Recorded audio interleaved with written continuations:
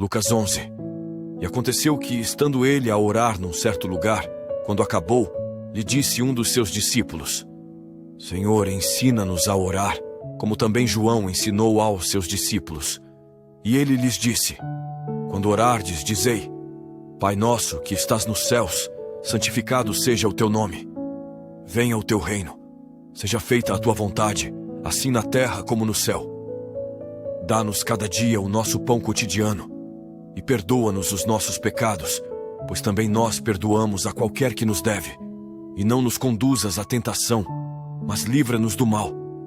Disse-lhes também: Qual de vós terá um amigo, e se for procurá-lo à meia-noite, e lhe disser: Amigo, empresta-me 3 pães, pois que um amigo meu chegou à minha casa, vindo de caminho, e não tenho que apresentar-lhe.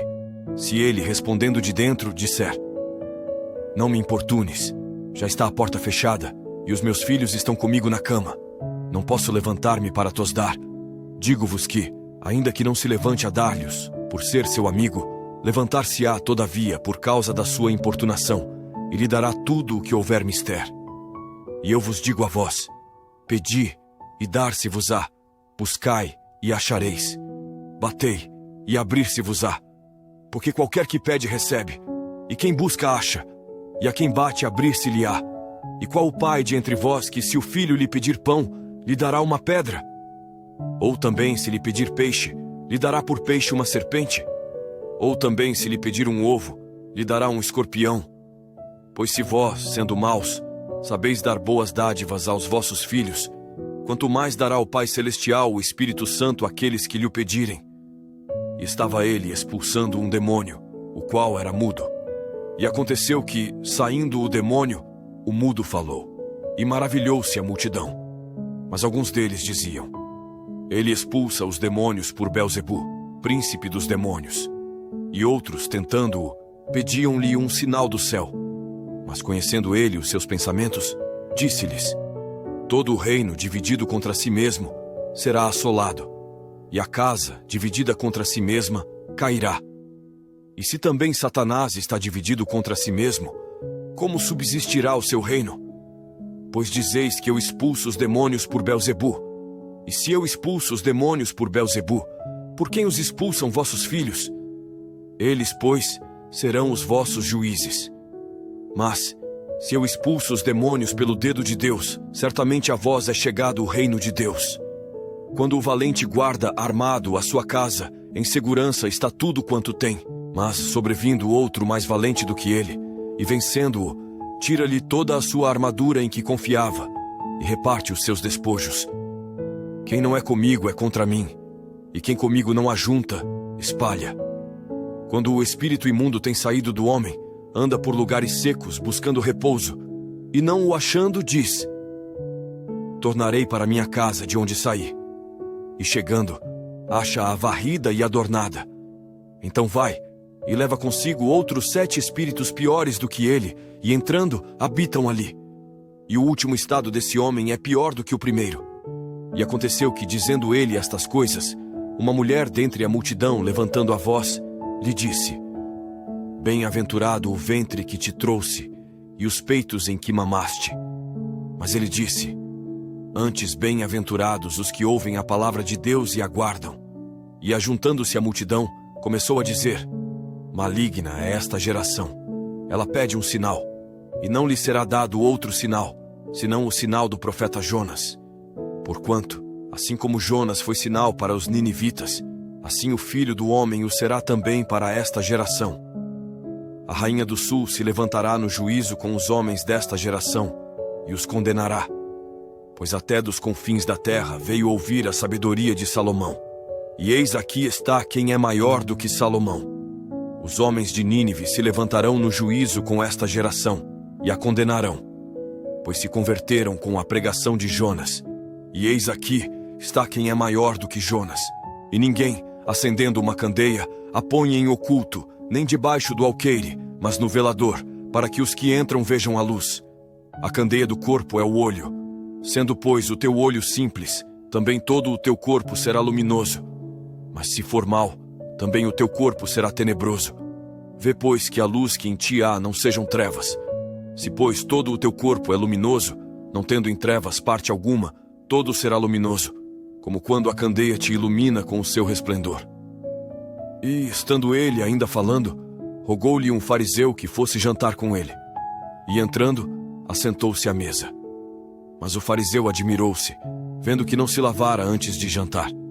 E o Senhor lhe disse: Agora vós, os fariseus, limpais o exterior do copo e do prato, mas o vosso interior está cheio de rapina e maldade.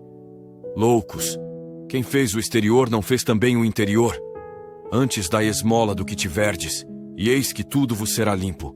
Mas ai de vós, fariseus, que dizimais a hortelã, e a arruda, e toda a hortaliça, e desprezais o juízo e o amor de Deus. Importava fazer estas coisas, e não deixar as outras. Ai de vós, fariseus, que amais os primeiros assentos nas sinagogas, e as saudações nas praças.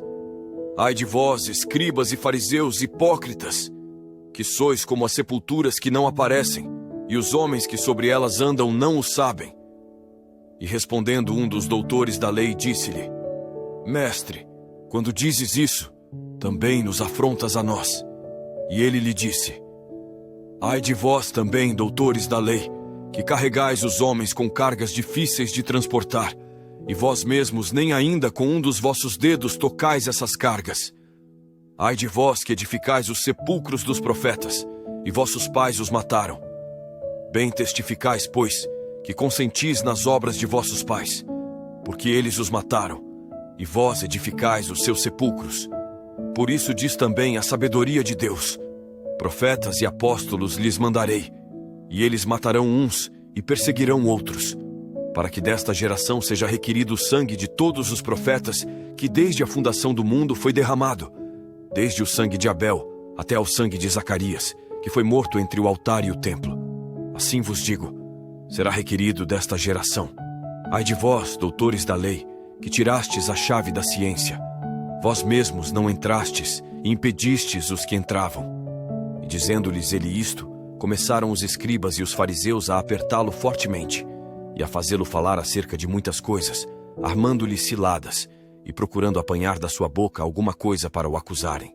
O capítulo 11 de Lucas contém vários ensinamentos e eventos importantes da vida de Jesus. Aqui estão alguns pontos-chave.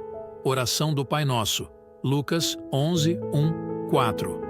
Neste capítulo, os discípulos pedem a Jesus que os ensine a orar, e ele lhes dá a conhecida oração do Pai Nosso. Jesus enfatiza a importância da oração e destaca a confiança no Pai Celestial. Parábola do amigo importuno, Lucas 11, 5, 13. Jesus conta uma parábola sobre um homem que vai à casa de seu amigo à meia-noite para pedir pão emprestado. Mesmo que inicialmente o amigo esteja relutante, ele eventualmente atende ao pedido devido à persistência. Jesus usa isso para ilustrar a importância da persistência na oração e a prontidão do Pai Celestial em atender às nossas necessidades.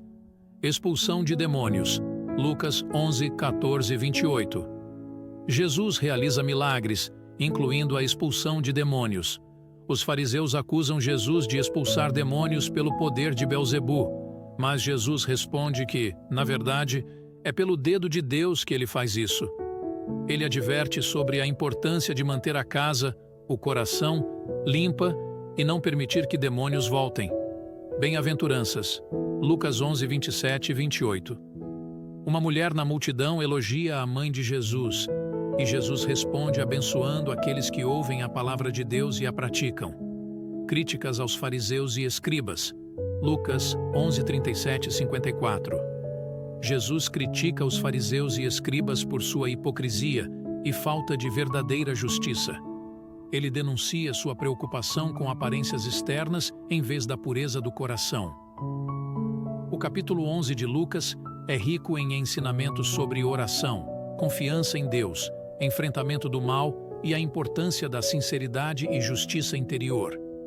Cada passagem pode ser explorada mais a fundo para obter uma compreensão mais completa do ensinamento de Jesus.